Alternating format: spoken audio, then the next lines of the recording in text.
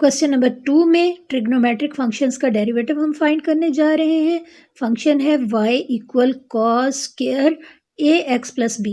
अब ए X plus B को हमने लेट कर लिया, सपोज कर लिया u के equal y equal cos square A X plus B अब बन जाएगा cos square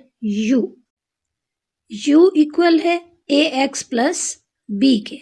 cos square A X plus B, A X plus B को हमने u कंसिडर किया है और y डिपेंड कर रहा है u पे। इसका मतलब है u इंडिपेंडेंट वेरिएबल है। अब operator d over D u लिखेंगे बोथ साइड पे और इसके बाद हम cos स्क्वायर u को लिख लेंगे cos u होल स्क्वायर।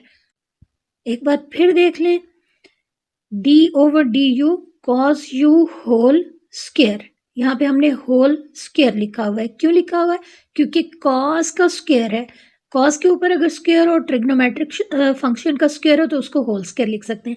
जैसे हमारे पास है कॉस स्क्वायर एक्स, इसको हम लिख सकते हैं कॉस एक्स होल स्क्वायर।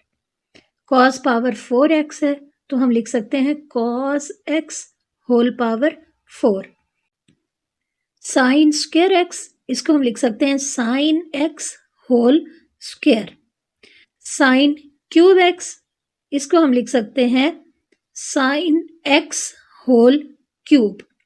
इसका मतलब है कि ट्रिग्नोमेट्रिक फंक्शन पे अगर कोई पावर है तो उसको हम होल पावर में लिख सकते हैं।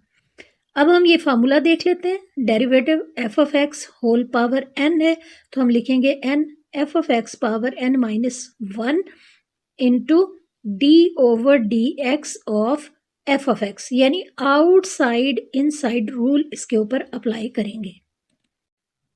अब हमारे क्वेश्चन में है cos u whole square. Derivative हम विद रिस्पेक्ट टू u हम फाइंड करेंगे।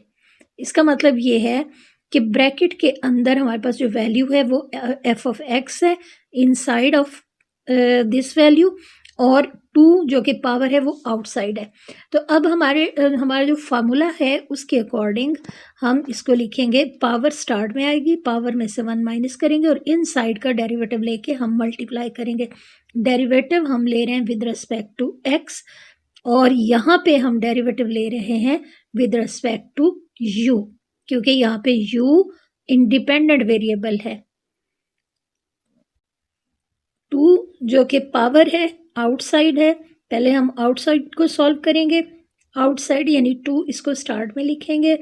इसके बाद हम ये जो कॉस u है इसकी जो पावर है इसमें से 1 माइनस करेंगे।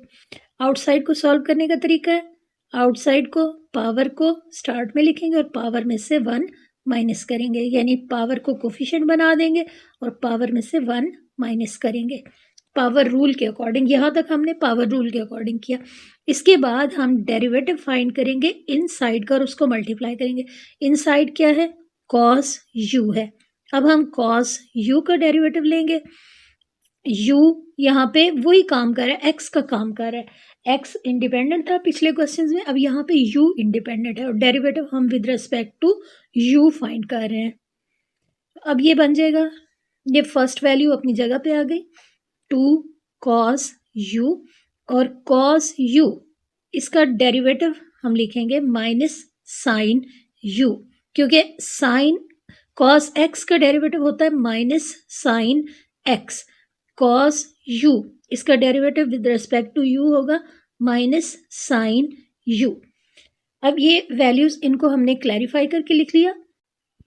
अब u की जगह पे इसकी वैल्यू हम पुट कर देंगे। u की वैल्यू है ए एक्स प्लस बी, यानी कि एंगल, इसको हम यहाँ पे पुट कर देंगे। cos ए एक्स प्लस बी बन जाएगा और इसके साथ वैल्यू आ जाएगी माइनस साइन u और u की जगह पे भी ए एक्स प्लस बी आ जाएगा। अब यहाँ पे एक चीज़ हमने मिस की हुई है, वो क्या है कि हमने एंगल का डेरिवेटिव लेना है और उसको हमने मल्टीप्लाई करना है। इसको हम इस लास्ट स्टेप में भी कर सकते हैं। यहाँ पे हमने cos u इसका डेरिवेटिव लिखा है माइनस साइन u। इसके बाद हमने एंगल का डेरिवेटिव लेना है और जो भी डेरिवेटिव होगा एंगल का उसको हम इस लास्ट स्टेप में मल्टीप्लाई कर देंगे। अब एंगल हमारे पास है AX प्लस बी, जिसको हमने U के इक्वल सपोज किया था। अब हम इसका डेरिवेटिव लेंगे। AX प्लस बी, इसका डेरिवेटिव हम फाइंड करेंगे विद रिस्पेक्ट टू x, और इसके बाद जो भी आंसर आएगा उसको हम यहाँ पे मल्टीप्लाई कर देंगे। तो derivative of AX plus B, AX का डेरिवेटिव A आ जाएगा क्योंकि x का डेरिवेटिव 1 आएगा, b कांस्टेंट है अलग से लिखा हुआ, उसका डेरिवेटिव 0 आ गया। तो अब एंगल का डेरिवेटिव हमारे पास आ गया है a। अब एंगल का डेरिवेटिव, इसको हमने अपने आंसर के साथ मल्टीप्लाई करना है। अब माइनस साइन a और 2, इसको हम स्टार्ट में लिख लेंगे, और अब हमारे पास cos AX प्लस बी और साइन AX प्लस बी, ये वैल्यू आ जाएगी। -2a, इसको हमने स्टार्ट में लिख दिया और यही हमने फाइंड करना था।